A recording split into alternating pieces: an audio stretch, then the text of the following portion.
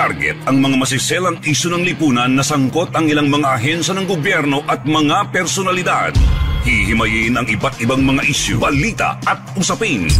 Puntirya ang mga tiwali at ilalantad ang mga mali sa pamahalaan. Walang sasantuhin. Tamaan na ang tamaan. Kung salot ka sa bayan, sapul ka ni Rex Cayano sa Target On Air. Oras hatid sa inyo ng Grand 88 Gaming Corporation. Panatilihing masaya ang paglilibang. Magtakda na oras at limitahan ang gastos sa paglalaro. Huwag magsugal kung nalulungkot. Huwag hayaang makasira ng buhay at pamilya. Para sa impormasyon ukol sa responsible gaming, tumawag lamang sa hotline number 02-8404-0171 o bisitahin ang www.casinofilipino.ph. Isang mensahe mula sa PAGCOR. Gambling is for 21 years old and above only. Keep it fun. Game responsibly.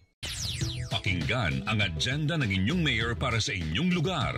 Ang mga hakbang na ginagawa nila upang bigyang solusyon ang mga hinaing at problema ng inyong komunidad. At alamin ang mga good news na hatid nila sa taong bayan.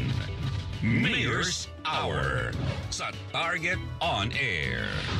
Ito ating kausapin na si San Juan City Mayor Francis Zamora. Mayor Francis, magandang hapon po.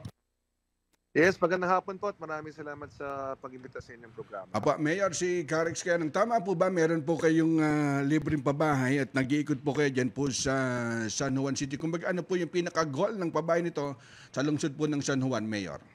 Opo, nais kong ibahagi po sa inyo lahat, lalong-lalo na sa mga nanonood at nakikinig ngayon na kaninang umaga po ay nagkaroon kami ng ocular inspection kasama ni DLG Secretary Benner Abalos, DSUD Secretary Jerry Acosar, ni MMDA Chairman Don Artes, at ipresenta ho namin kay DSUD Secretary Jerry Acosar yung mga available government properties natin along F. Manalo Street dito po sa San Juan na posible hong matayuan ng DSUD ng pabahay. When I say posible, ito ay dahil isasubmit pa ho namin ito sa kanila, ngunit ipinakita na namin ng personal kaninang umaga para nga po ma-assess ng DSUD kung ito ay isang bagay na kaya na ng aprubahan.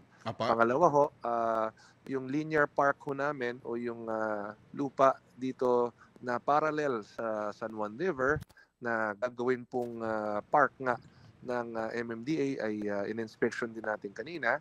At ganun din po ang pag-inspection ng San Juan River dahil magiging bahagi po ito ng Pasig River Buhayin Muli, no?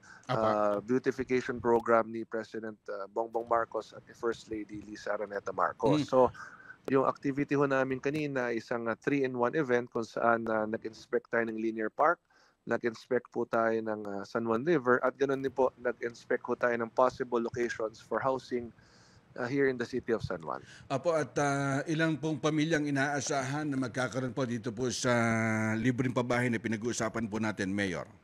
Yung mga sinumiti ho naming lupa na pag-aari ng gobyerno, kung sakaling lahat ito ay aprobahan ng DSUD o ng Department of Human Settlements and Urban Development, we're looking at about 3,000 families na makikinabang sapagkat ang mga itatayong gusali po ay matataas. No? We are talking about somewhere around 22 to 25 stories na mga building. So we are maximizing all available land in San Juan. Maliit lang pong aming lungsod, 5.94 square kilometers lang po kami. Kaya kinakailangan po vertical development po ang gawin natin. No? So pataas ang construction ng mga gusali. So kami po yung maasa na maaprubahan po ito ng DSUD. In fact, after the ocular inspection, nagpulong pa ho kami ng hiwalay sa aming tanggapan dito po sa City Hall at paniliwanag ho namin sa kanila yung mga plano ho namin at very positive naman po ang response ni Secretary Acosar. At napakaganda po niya. Kumbaga, hindi na ho parang lumayo po dun sa mga bawat depressed area, sa mga ilang karatig province na mismong inyong kababayan, dyan na rin po magkakaroon po ng libreng pabahay. Napakagandang programa po niyan, Mayor.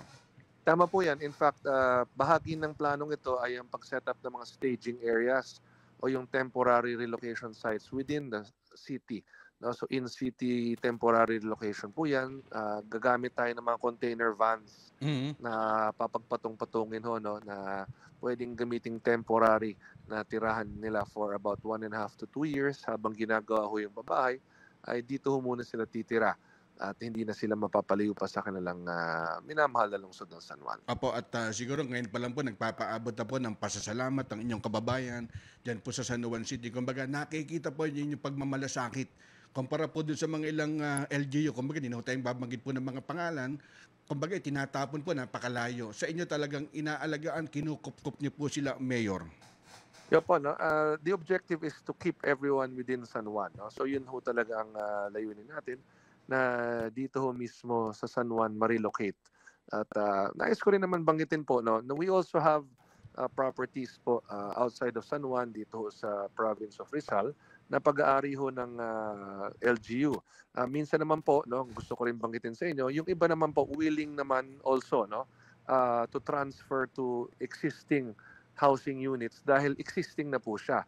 Kumbaga hindi na ho sila maghihintay na i-construct pa, lilipat na lang sila at titirahan ho ito. So, meron ho kasing mga iba who opt to choose this mode na lumipat ho sa mga ibang lugar. So, depende ho yun sa kagustuhan din ng ating mga mamamayan. If they want to transfer to in-city relocation, kailangan lang ho nila mag-intay muna sandali. No? Ngunit yung iba naman na agarang gustong lumipat ho agad at nakita naman nila na yung lilipatin nila ay maganda. At ang mahalaga ho dyan ay magiging sa kanila ho yan. No? Unlike now, when they live po in ISF areas o yung informal settler areas, no, wala hong kasiguruhan na hanggang bukas o hanggang makalawa ay nandun sila nakatira. Dahil at any point ay pwedeng bawiin ng may-ari halimbawa yung lupa nila. No? Ito hong mga in-offer natin ay this will be na rent-to-own mode, no, na huhulugan nila for 25 years, 30 years. At the end of that payment term, the units will become theirs po. Ang kagandaan po yung kumbaga tutulungan po sila ng gobyerno sa pamamagitan po ninyo, Mayor. Ganun na nga ho yan. Yes, yan po ang ating layunin. Ang San Juan po eventually maging ISF free na lahat ng ating informal settler families. We are hoping by 2028 ay magkaroon na nga ho ng sariling mga desente at marangal na tahanan. Apo, salamat po, Mayor Francis Zamora. Okay, maraming salamat din po sa pag-imbita sa inyong programa. Pakinggan ang agenda ng inyong mayor para sa inyong lugar. Ang mga hakbang na ginagawa nila upang bigyang solusyon ang mga hinaing at problema ng inyong komunidad. At alamin ang mga good news na hatid nila sa taong bayan. Mayor's Hour sa Target On Air. Yan po ang tinig mga kaibigan ni San Juan City Mayor Francis Zamora. Oras hatid sa inyo ng Grand 88 Gaming Corporation. Sumainyo ang isa na namang makabuluhang edisyon ng Target On Air. Kasama si Ka-Rex Kayanong. Abangan muli bukas alas 3 hanggang alas 4 ng hapon. Kung salot ka sa bayan, ikaw ang isusunod ni Ka-Rex Kayanong na Target On Air.